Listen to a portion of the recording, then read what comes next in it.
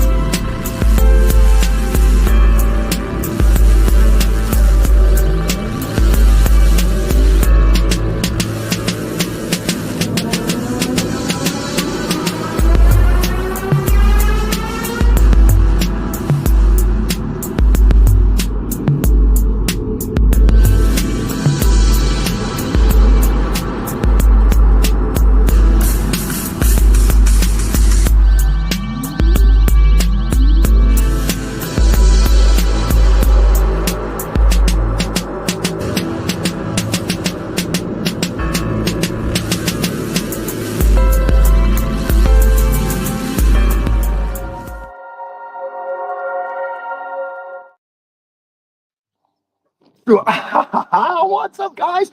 How are you doing out there on the internet? In the land of the internet? Have you wake up? Of course you're awake. Good morning, and how are you doing? Live from the Southwest, the place that is the best. You know what? Every day is a new adventure here. I come to tell people all the time that Arizona has this thing that is just so damn cool. They're always wondering to me, Wayne, what is so cool about Arizona? Well, I'm going to have Uncle Ron explain it best to you. Uncle Ron, take it away. I believe the saying is, one who lives in a golden canoe must never throw rocks at a plastic dinghy. You need to get your facts straight when you put them out there on the internet. Do you have an Uncle Ron? And when Uncle Ron speaks, everybody listens. You know, it's kind of funny. I don't have an Uncle Ron, but that's Uncle Ron for the day. But I must say to you, here in Tombstone, everybody's got an Uncle Ron. You know, when you walk around and you realize that we're all family, in the biblical sense, of course, you got to think for one moment, you know, when you're on vacation and you're living this life, a lot of people will want to shoot it down. How expensive are things? Where do you do shopping? The idea here is only in my town, Tombstone, Arizona, I get to see the Amish walking down the street. I get to see gunfighting every day. I get to see people selling their wares. I get to see small business, big business, all thriving. And the whole idea for me, it really makes me feel like I'm really doing the right thing. It really makes me feel like I've really joined up with America. You know, guys, today I got something very special for you. I brought a good friend of mine in from California. And you know, the whole thing is, I know you guys are like, wait, California? Why do you do such a thing like that? Well, the reasoning behind this whole bringing my friend in from California is that I wanted him to kind of see this dream that I live. I wanted him to see this really cool thing that I happen to be in love with. Now, I know most people, you guys just don't quite get it. And I really don't blame you, because it just seems like I'm on vacation all the time. But hey, let's take care of the things that are important. First and foremost, we got to get a commercial break out of here. Like and share and get this thing out there so we got some people watching this, okay? So I'll leave you with this commercial break.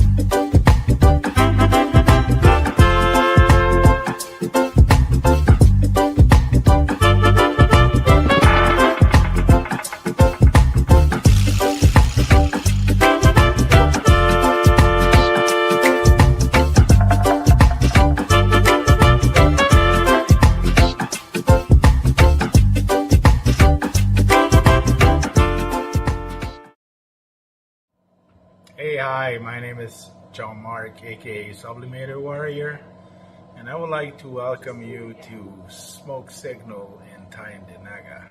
One dab make your whole dome drip sweat. One dab make the homies all dip set. One dab, only really need one dab. One dab. Smoke Signal is a medical dispensary where you can get all your products and needs. Start vaping a whole bunch. Might just start laying off the blunts. God. Ooey, ooey, gooey, that's a sticky dab. Sticky dab. Might just have to put this one on Instagram. Go and hold it in, feel it in your ribs. So come and check us out in Tyndinaga. 55 Highway 49 in Tyndinaga. It's on the res, and we're open from 10 a.m. to 8 p.m. 7 days a week. Are you a Northern Ontario resident searching for credible information on cannabis as a medicine? No Sir is here to help. Established in 2013, Northern Ontario Cannabis Education and Resources is here for you. No Sir Director Kim Cooper brings you 45 plus years experience utilizing cannabis as a medicine, and she is spreading that education across the North. Activism, referrals, resources, and more at No Sir. Don't be a jackass. Say no, sir, to propaganda with No Sir. Find them at www.nocer.ca.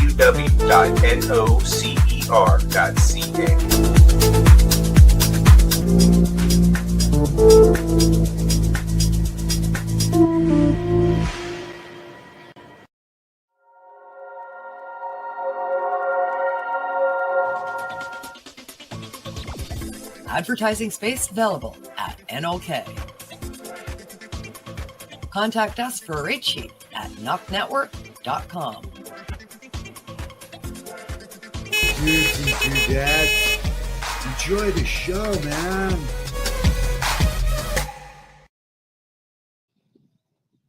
I thought you guys might have left. You know, if you did, it's okay. You probably have other, more important, pressing things to do. I get it. You know what? What makes this all important to me and to you is the fact that having fun. You know, I told my dad once when I was a little boy that I wanted to have fun my whole entire life. And I thought that meant he had to run off to the circus. And I didn't want to work in the circus because, well, to be honest with you, lions kind of scare me and bearded ladies kind of freak me out. So I wasn't sure what I was going to do. And I thought college was a different kind of circus. And I didn't want to put the burden on my mom and dad going to college, paying for all this money that I may not or may go through. Because I had a lot of jobs that I did not finish, by the way. I was not always this fine, outstanding young man that you're saying. And hello, viewer. Thank you for being here today. I do hope whatever you're watching, you can share this and get it out to your friends. I hope there's about 70 of you guys so we can really talk some shit across the internet. Irrelevant. So the whole idea is, what do you want to do with your life? They ask me. And I tell my dad over and over, I just want to play. Playing in a rock and roll band was a great opportunity to go around the world, see things that you wanted. You know, I lived out of a backpack, and I traveled around the world with some famous rock stars, and I got to witness the life of a rock star.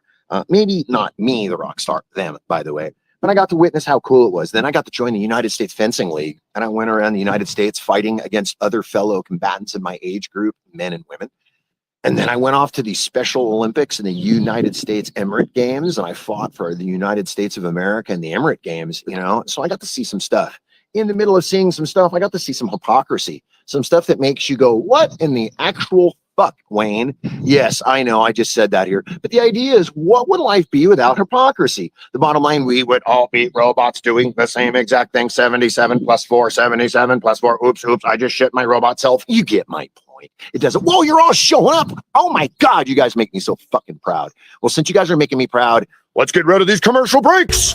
What we have here, the GSX 7775. It reaches speeds beyond all magnificent speeds. It will get you to Night City in no time at all. That's right, if you order now. But just wait, there's a whole lot more.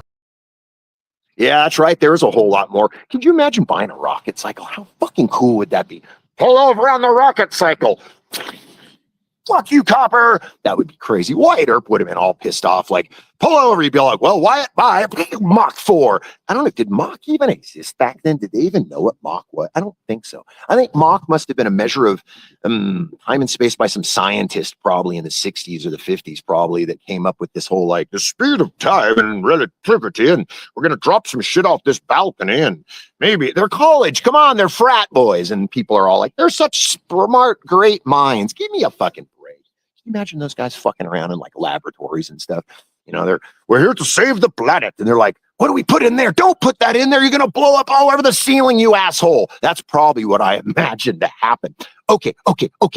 So take a look. Here in Tombstone, there's this one thing that a lot of people know us for. And the one thing that they know us for are our stagecoaches, y'all. Stagecoach. Can you imagine riding your ass from town to town, 27 miles of, and occasionally,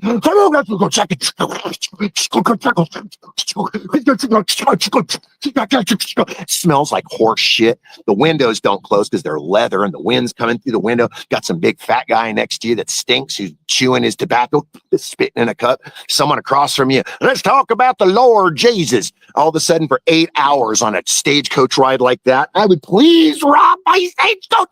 Please rob my stagecoach.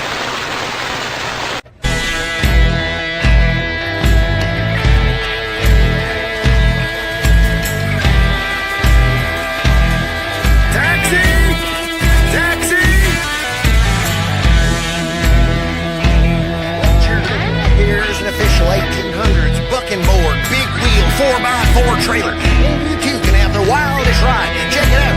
Bluetooth, an official metal wheel. And you can pull along 2 horses, 3 horses, 4 horses. Here's an antique bucking board. This here would be your Ford truck in your, how would you say, your 4-wheel drive for all of us farm folks. Take a look.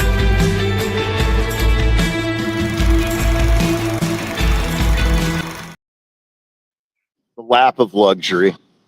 People are driving around now in their Lexuses, their Teslas. They're driving around taking in life with their heated seats, heated steering wheels, electric automated AI systems. There are no more cigarette lighters in your car. You can't even get a car with a tape deck or a CD in it anymore because it's all Bluetoothable. You know, Bluetooth, this weird thing that we can't see, but it's there. And if you're connected, it works. What you don't know if it does, it could cause cancer. Well, we don't know. But the idea to me personally is as a, I don't know, maybe entertainer, as a socialite, or as a person that does this, I got to ask this question over and over. How do you get your media? Is your media a thing that you go out there and you go on the internet and you type in, what has that fucker done? Or have you typed in there, oh, what kind of fuckery has happened across my beautiful state or my beautiful country, for whatever that is?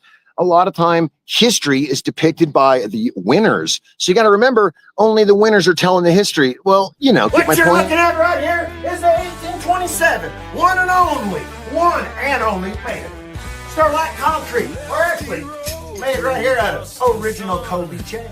This here is one of the only 2-speed, 2-cycle, get your laundry done. Hot, spun, wring out and done, hang it up on the line, and just like that, you're clean. Like that, I'd break up with sweat and start getting swamp ass. And then suddenly you're wondering, what happened? And then I got to do my lock. I digress. Y'all should come out and just see the way pictures of carrying the coach. And it was sad that Big Nose Kate herself, yes, that fine Romanian lady with the big mouth, she hung out here. Could you imagine while she's doing her laundry? I find on the good note that he was, get out of here with your once again, I digress. Remember, there's a fine line between Saturday night and Sunday morning. Good day, y'all. God bless and pass the ammo. Do you imagine doing your laundry that way? Having a bucket of hot water with a little bit of fire that your wife has to go get the kindling to keep it warm so you have hot water to do it in. Use a little bit of borax and a little bit of sodium that you throw in there, a little bit of dirt, a few rocks in the water, and you start rustling it around. The idea is that you're going to get a clean shirt. I say bullshit. It doesn't matter though. I mean, some people are going to be obviously the believers of all that, and other people are going to be like, no, no, no. But the idea here is that that's how it was done. You either went down to the creek or you went down to the other creek and you had like 8 ladies going, or in our case, we went over here to Lady Chan's. Lady Chan was a laundry lady here in town. She also ran a moratorium here as well. I know, really weird, right? So the idea here in Tombstone, it's very slow. And I'm going to go a little slower with you guys this morning because I figured if I can't be me and you can't be you, then the whole point is nil and fucking void, right?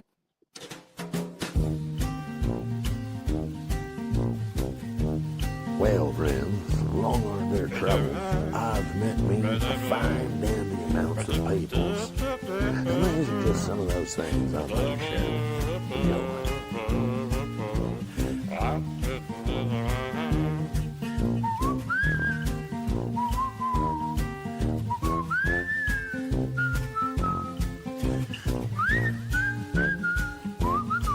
Life as an outlaw can be rather dangerous, so remember, keep good company, good friends, a good safe place to hide your hat. We call that place the Rusty Armadillo.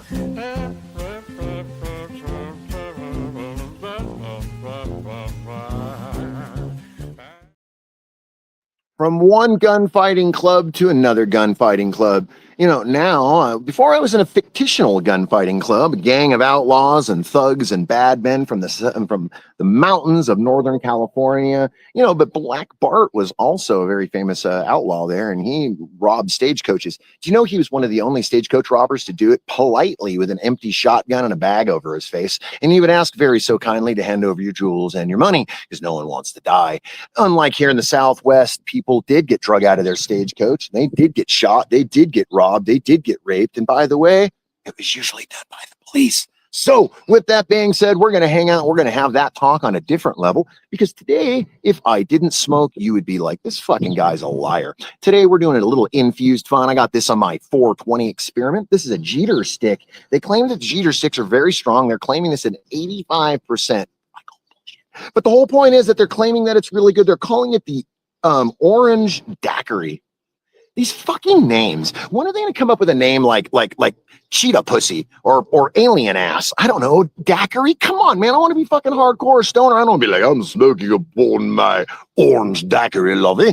But of course, how does all lovey? We'll have a bit of tea with more hot daiquiri.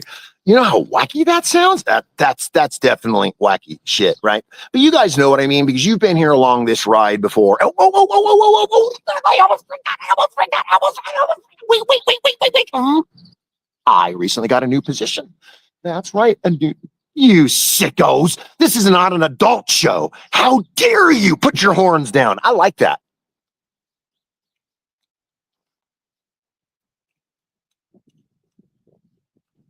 A little silent movie for him.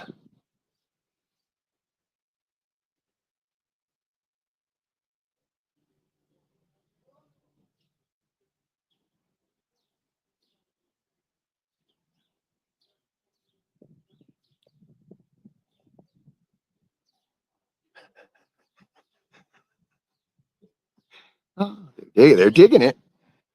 They're sharing it. Thank you.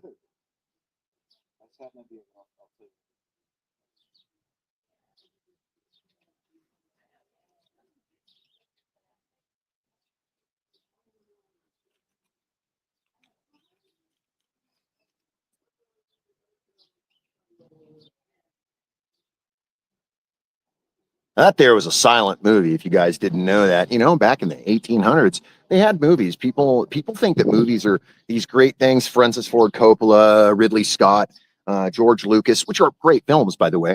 But back in the day, C.S. Fly had a camera and he was shooting stuff. The whole idea is it was silent and it was definitely overexposed and it definitely was not a whole lot of fun to watch. But nowadays, we have these great documents. You can go back to the State Fair of Chicago's State Fair, and you can watch these videos. You can see Lady Fatima dance. You can see all these things that got these people in trouble. You can actually look back and see the fact that this is how they dressed, and they did drive those vehicles around. Mr. Ford had an idea. The only reason that Mr. Ford's idea took a little bit longer is, when you're stealing ideas, you have to be very careful to make sure that those folks don't come hunting after you. So he was messing with this small little company called Mercedes. They named that car Mercedes after the owner's daughter, Mercedes, his very first daughter, Mercedes. So he named the car the Mercedes. That's why we have the Mercedes-Benz, by the way. That's right. That's a moment in time, friends. That's right. We're going to try the orange daiquiri. I'm opening it and gotta say, it smells like that. I don't know. But take a look. This is what they're going to call a dog walker nowadays. It's 0.5 gram infused, rolled in keef, rolled in hash. I say, oh, you hear that? I hear that. I'm going to get high. So, hey.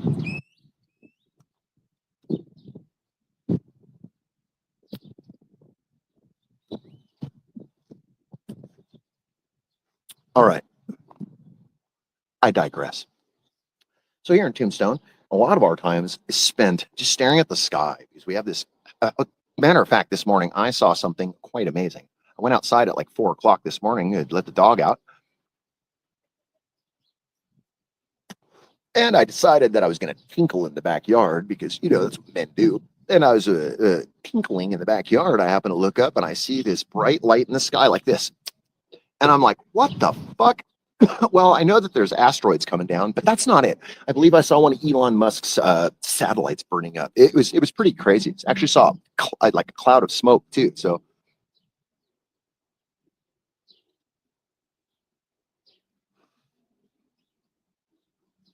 what do you do for fun on Tuesdays besides watching me? If this is what you do for fun on Tuesdays, oh my God, I got a circus to sell you guys. No, not really. I'm not big on the circus. I got to be honest with you. The circus kind of frightens me a little bit.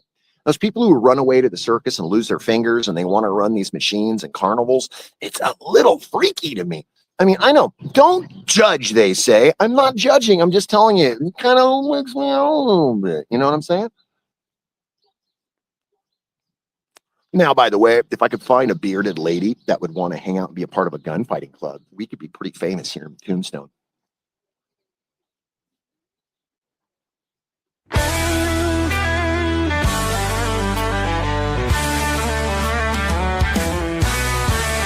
Lefty road through dust and sun, cowboy life but ain't done.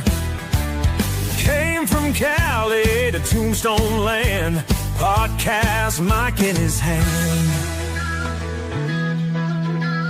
Tales of guns and smoky trails, cactus shadows, dusty veils, lights the pipe green and wild. Wayniac's words fierce as a child. Hey, I was giving directions to someone the other direction, and my direction, your direction, all of our direction. What direction are you traveling in today? For me, I'm traveling in the one that is possibly the easiest path of resistance. I think a big part of that is because I just don't want to have that conflict, like most of us. So we make choices to do the things that we enjoy, I think.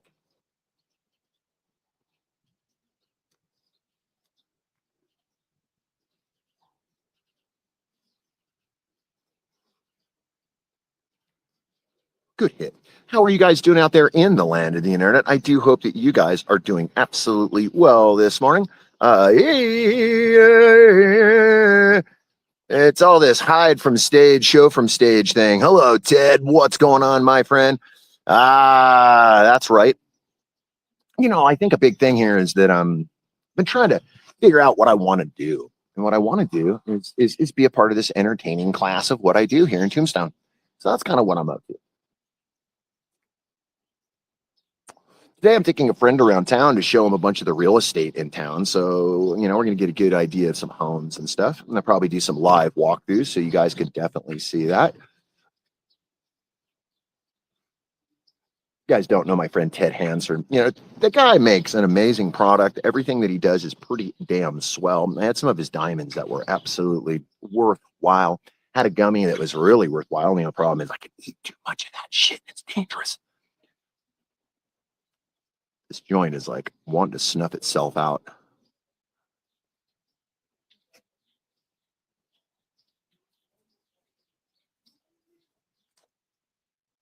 That's why I'm not into pre-rolled joints because they roll them too tight. They want to make them all perfectly set so you can have this pre-rolled piece, and I'm just not a fan. I'm not a fan at all. It's almost like a waste. Let me rephrase. It is a waste. It's a waste of weed. It's a waste of product. It's a waste of time. I'd rather put it out. I'd rather put it out and come back to this thing later on. Put it that way. That's how exciting that was.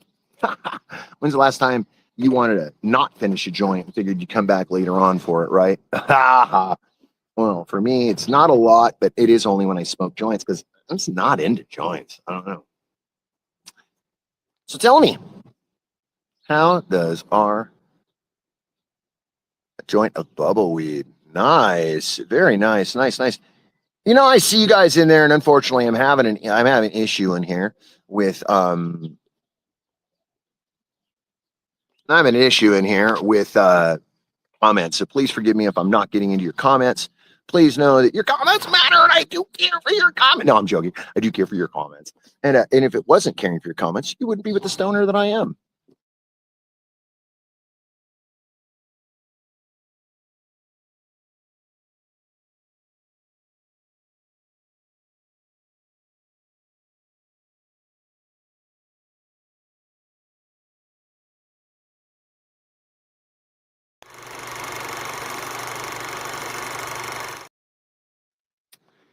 Wow.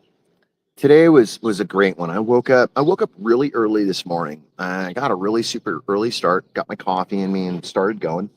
And I was excited to bring my friend down here to show him, Tombstone. I was very excited. So we got here. I started doing my broadcast. I was going to bring him up here. I look up and he's gone. And that's what I think is so cool. He went and did his little sightseeing. He does not need me to be a sightseer. Plus, he might get a better view not going with someone like me that is getting this day-to-day thing, Well, a lot of it is, as we see this, by no means am I jaded with living in my little town that I'm in. No way. I love it still. I'm still excited today as I was the 6 months ago that I moved here. I'm still very much in love with Tombstone. I'm still very much in love with the idea of the cowboy fantasy. And yeah, I'm still very much in love with doing what is right for me. And that means getting out and playing cowboy with you guys, for you guys, with you guys. Maybe not with you guys. You know what I mean? Bunch of wackos. Alarms trying to go nuts in there, and we can't be having that now, can we? And again, when we're here, you're here. And I know people are like, what does that mean? Well, when we're here witnessing this, you're kind of in the middle of it, right in the now. So a lot of times, a lot of people come here with their phones and their devices, their tablets, their cameras, and they're stuck in their device and whatnot. And the idea is that you're not really here. You're not really taking this in for the persona that it is. So that's one of those things. When you're here with us.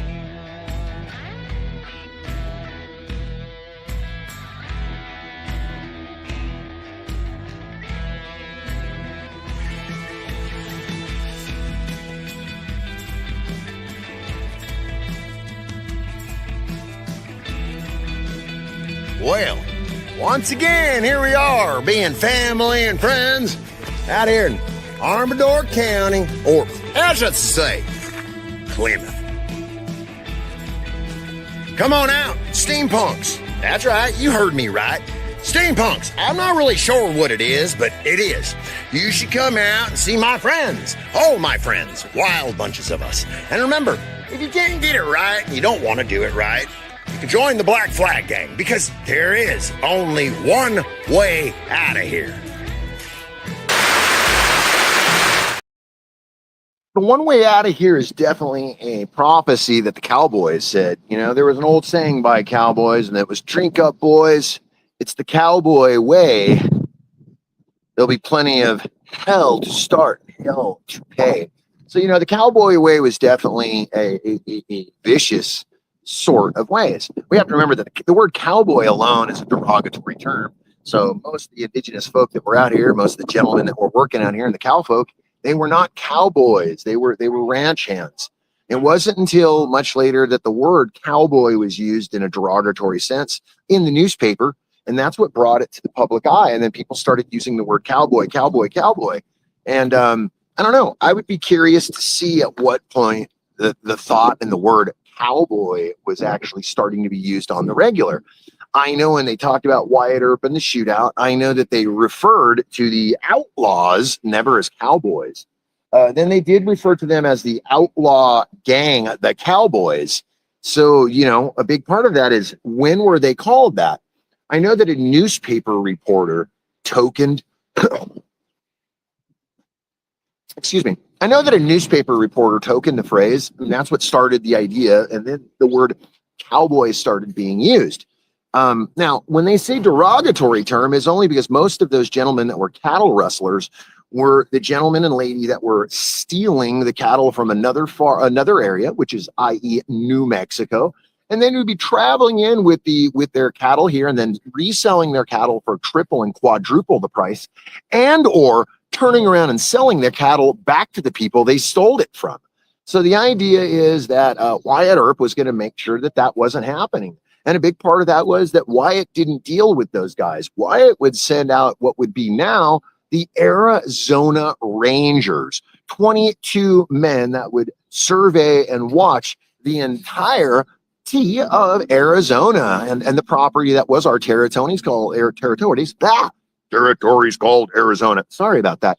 So what happened was when they sent the Rangers out, the Rangers did a really good job of exfiltrating the Cowboys, and they started pushing Cowboys further and further and further. When they realized that they were bandits and outlaws, they did stop using the term cowboy in a bad way. I only read this. I did not come up with this. This is not something I think that I know or invented. You can't argue with stupid. You just can't. You know, you really can't, nor should we try. A big part of our time is spent arguing with people, and we argue over stuff that is going to be so senseless and useless. Big part of it is why do you think we even allow our friends to argue that way? It's because we want to spend our time in that negative fashion, or other people want you to feel in that negative fashion like them. Well, I'm not one of those guys. So what I'm going to plan on doing right now, I'm going to take you guys out on what I call a positive walk. We're going to go out here amongst Tombstone, amongst the populace and what we got going on. And then we're going to get some filming done. I'm going to show you guys a little bit of what Tombstone is. So let's do that.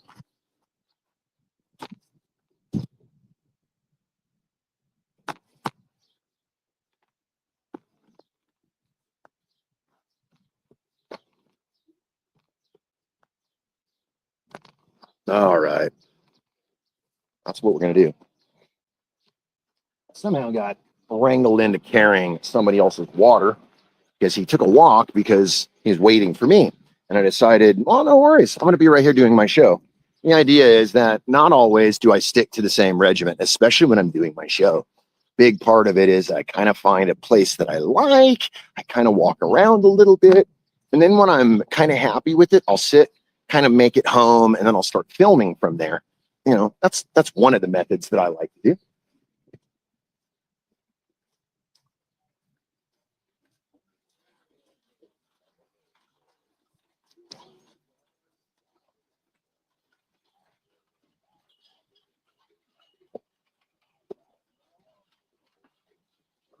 It never gets old.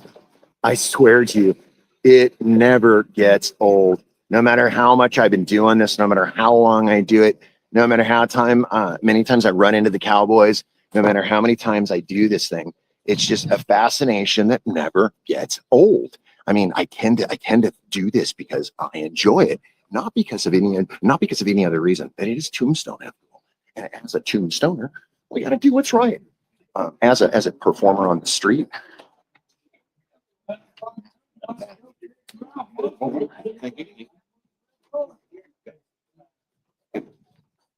All right, let's keep going down here.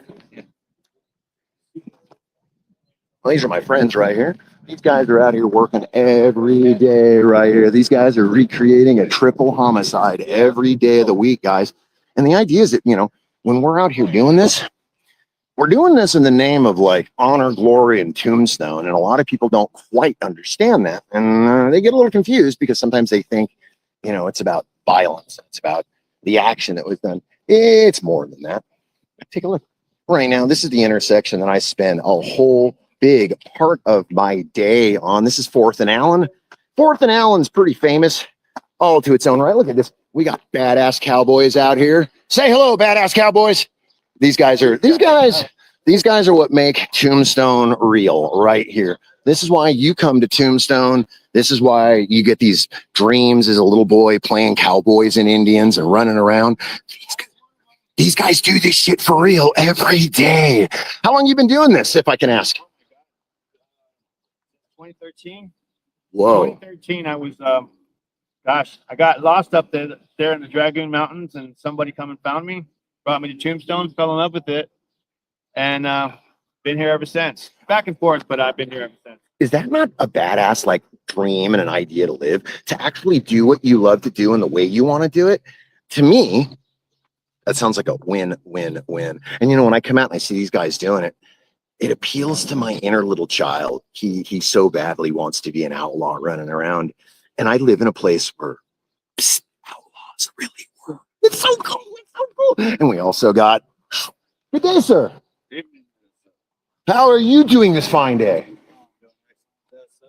Oh, yeah? Stone, Arizona. You like to tell them a little bit about yourself, maybe? Hello there, folks out there. How y'all doing? It's your good old friend Doc Holliday here.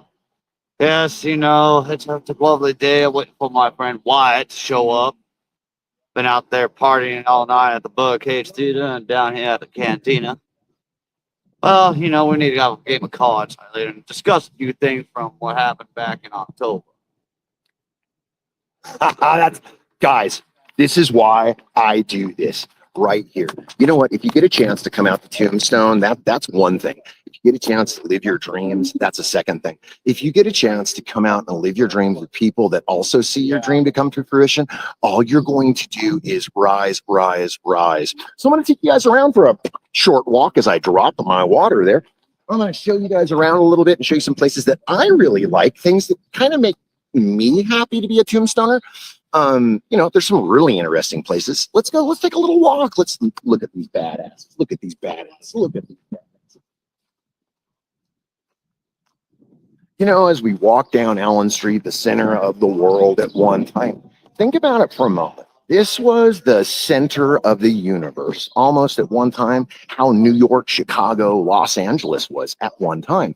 People would come far and wide, and the whole idea was, you know, the Wild West was what the Wild West was. And at that time it was modern consumption. It was bars. It was lots of textile. They were working on textile from time to time. They brought, as we know, copper from the mines, and they got a lot of gold. So what would happen is the textiles were raging here. And then they started moving in from one textile to another. And one of those ones that really became big was gold fluting. They would gold flute the ceiling. Now take a look at this for a moment. That's right. That's Big Badass Big Nose Kate's. It's a restaurant that my wife and I go to pretty much every few weeks. It is good food. It's good stuff. And it's definitely, you know, part of the Tombstone vibe. That right there, folks. I'm going to show you because it is so validly important. A lot of us forget about the small parts of the story. A lot of people are consumed with Wyatt Earp, Doc Holliday, and all of what they did. So right here is this world-famous Crystal Palace. The world-famous Crystal Palace was actually ran by a certain Wyatt Earp. Actually ran the gambling out of here, and they did that. Can you imagine? To this very day, this building still stands as a hope and a beacon for us of the Southwest.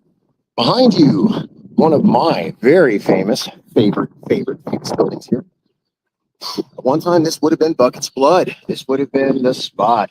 5th and Allen. This would have been the most dangerous intersection in the United States up to the point of 9/11. Whole thought of cowboys and interstate and folks coming here to take care of business and settle their grievances in the middle of, well, it's Tombstone, so it's not really nowhere, but it's right here in our backyard. And for those of us who live here, man, we love it. For us, it's just another set of streets. But for history, it is a spot of spots. So right behind you guys, I'm going to turn the camera around. I'm going to show you this really cool spot right here, the Oriental. This place is very cool. There are lots of stories behind that. Wyatt Earp himself has been known to have walked through this place and worked through there and gamble. The Oriental Theater has gunfights every day. These guys do a really good job. And, you know, I just love it. I love it. I love it. I love it. I can't say it. I can't say it. I love it enough. And on this corner, these guys are down here working the same way that we work down at the other intersection, giving us a piece of history that we can hold on to, guys. Isn't that just so damn cool? Yeah. When these guys live their dreams, you got to remember, we're living more than a dream. We're living a fantasy world, a dream that not a lot of people get to do. So we're doing it for you. I mean, yeah, maybe I am doing it for you, but I'm also doing it in a very selfish way for me. Because I find that when I'm doing living your life, you suddenly start to question what is the best portions of it. The best portions are what? Spending with your children, going to the beach, seeing naked ladies. The best portion, I don't know. There are so many things that make it worthwhile. When I moved to Tombstone, the question became, well, what do I want to do to take in my day-to-day? What do I want to do to have exciting fun again? And the idea for me ultimately was being in a town that has a little bit of history, that was no longer Los Angeles. I didn't have the bullshit of all the people in Los Angeles. I'm not dealing with the SAG union anymore. Thank God. So, you know, it's one of those breaking it down to a smaller way of living. That's all it was for me, for you. I hope you guys can do the same. You know, we're coming to an end of the show, guys. You know the deal. At the end of the show, I like to run a few things past you, a few commercials and a few ideas. You know, living your dream requires getting out and getting your hands dirty. Living your dream requires getting out and making sure that none of the naysayers, none of those people that are there to shoot you down. So with that being said, guys, you got to get out. You got to live this dream that you're living because if you're not, you're going to be forever looked over and you're always going to be forgetting.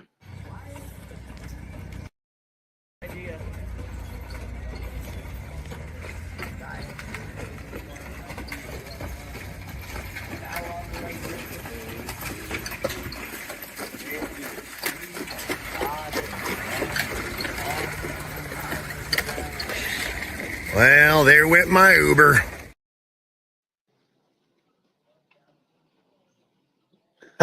You guys thought you missed out on it again. We got a few more minutes of excitement here, you know. So I'm going to take that chance. I'm going to just set the camera up here. I'm going to give you guys a little bit of Tombstone Streets. How about that for a little bit of your viewing pleasure?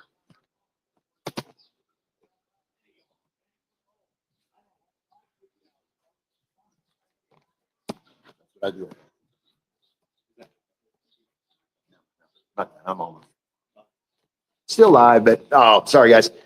Trying to set up my tripod. That one. Sorry. I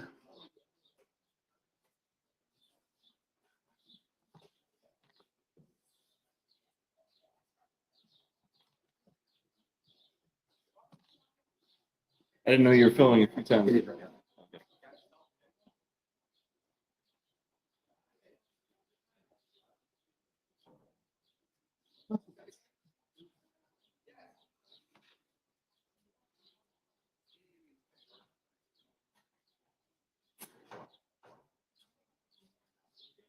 Have you had enough? No, you haven't had enough. Of course you haven't had enough yet.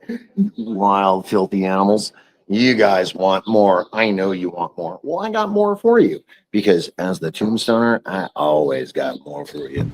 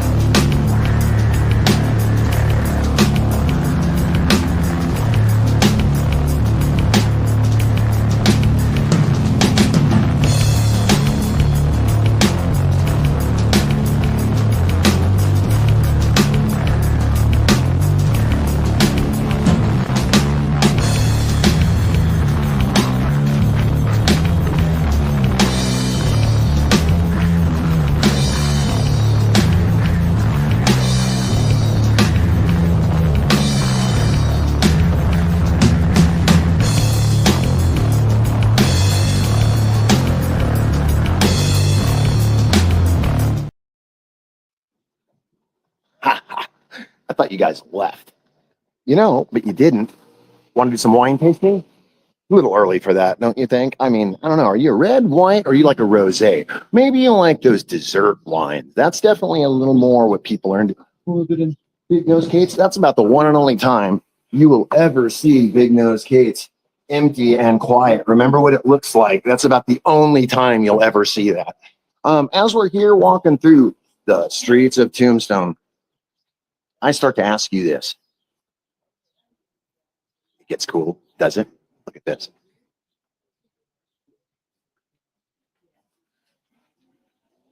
So these guys are working these stagecoaches every day. These guys are going around our town every day.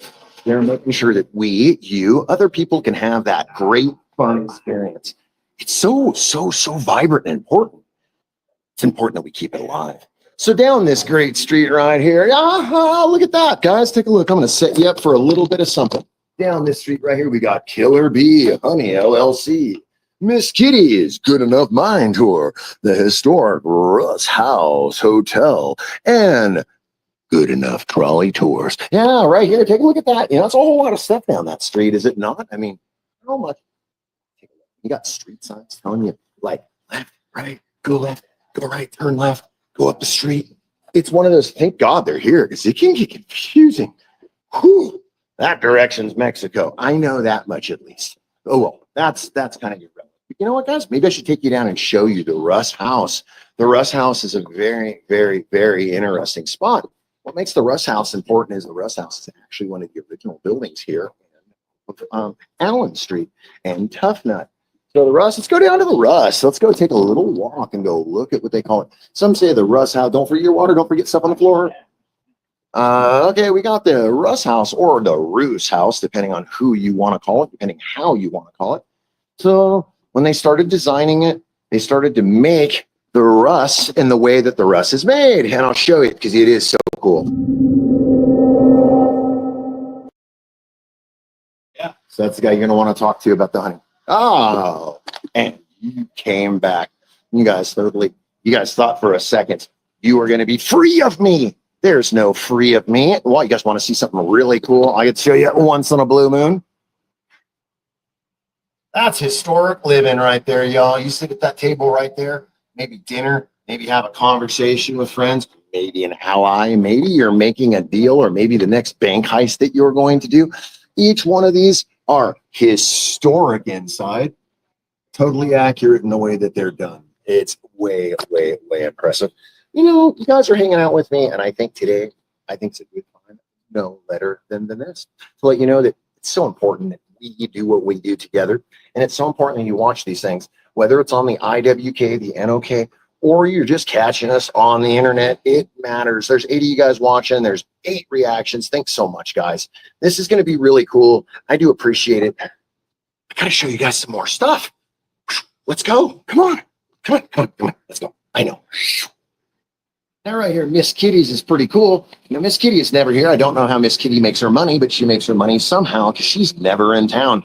Now in Miss Kitty's, it's all this really cool ladies clothing. I mean, we're talking like swanky stuff with doilies and lace and fabric that you would like. Normally men don't wear, but of course the ladies do. And that's what makes it really cool. But right down here, we get started. Now this is the alleyway to the Russ House. We look at that tight alley. That's about what I imagine the alleys of Tombstone to resemble. Kind of a narrow way. Imagine that's what the OK Corral was probably like when they shot at each other, I imagine. But it's pretty cool. We got, the best honey. I buy all my honey here. I buy all of my honey here at the Killer Bee. He's got the good stuff. I buy some Viking honey. I got the lemon honey, and I also got a blueberry honey that I got here. Oh my goodness, this stuff is so good, and it's really worth the tour inside. If you get a chance to come down and see the honey tour, definitely take a tour. It's got a lot of information, especially if you're into honey and you like what honey is and what it does for you. Check it out. So as we keep moving down here, oh my goodness, the Russ. Now look at this, the marshal's office here at the Russ office. They call it the jail, but when you look at it, this is one entry into What is your little Airbnb of fun and excitement? Got a little smoking lounge out there where you can have cold drinks in the nighttime. It very much feels like Mexico, so you get that vibe going on. Then you go over here to the main entry to the Russ, which is pretty cool. Big door. They got plaques all over town. Now these plaques right here, as you see them all over town, the Russ House, 1880. Sal Anderson and Jacob Smith opened the Russ House in December of 1880 as a boarding house and a hotel. It was adobe board in Virginia, and it's made of the mines. It featured spring mattresses and one of the largest dining rooms in Tombstone.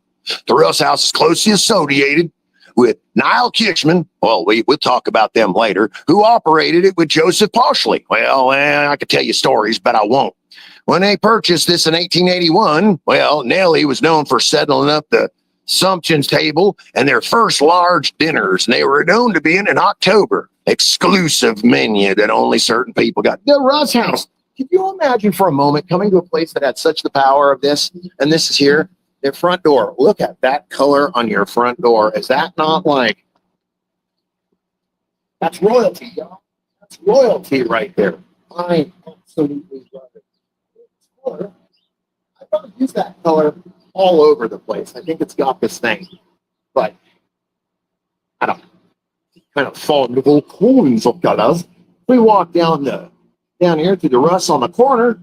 I'm going to show you some very unique stuff right here. On this beautiful corner, as you look around, you got these really cool trees that are everywhere. These are some very large ocotillo right here. These things are insanely wicked. Let's take you over and show you the sharp ones.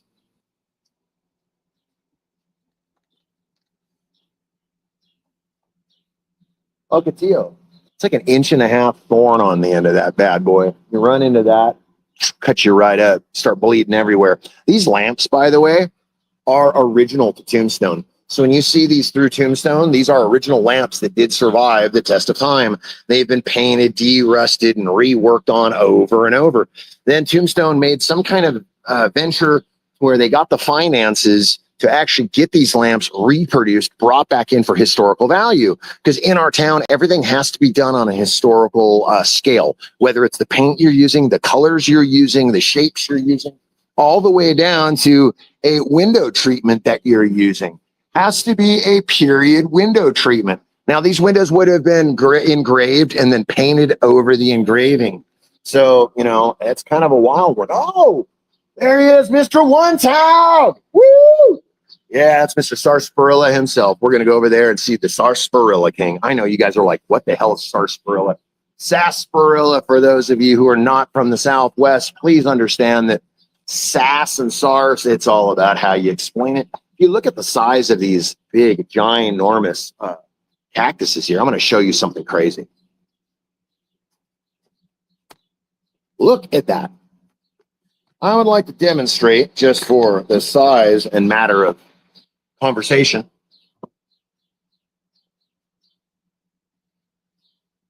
my head, same size as that paddle.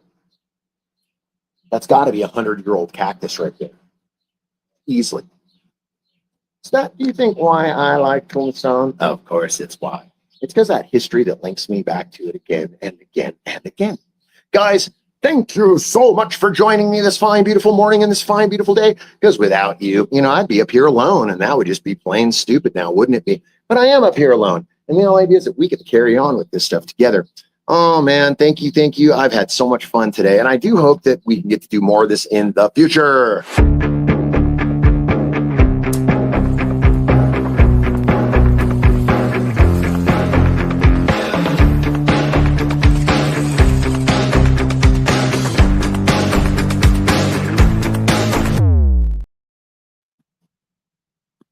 Pretty amazing, huh? I thought I was going to step out to show it to you guys. Then I stepped in there. It's like, we do the hokey pokey and we turn ourselves around.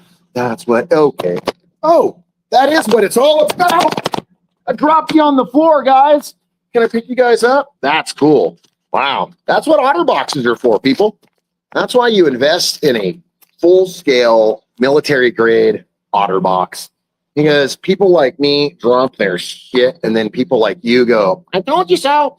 Okay, well, once again, you know, I think I've rambled long enough this fine day. Thank you for coming and hanging out with me, guys. Everything that we do together, is very exciting. And I do hope to carry more and more of this on with you into our near future. From me, from Keeping It Green, to you guys, wake up!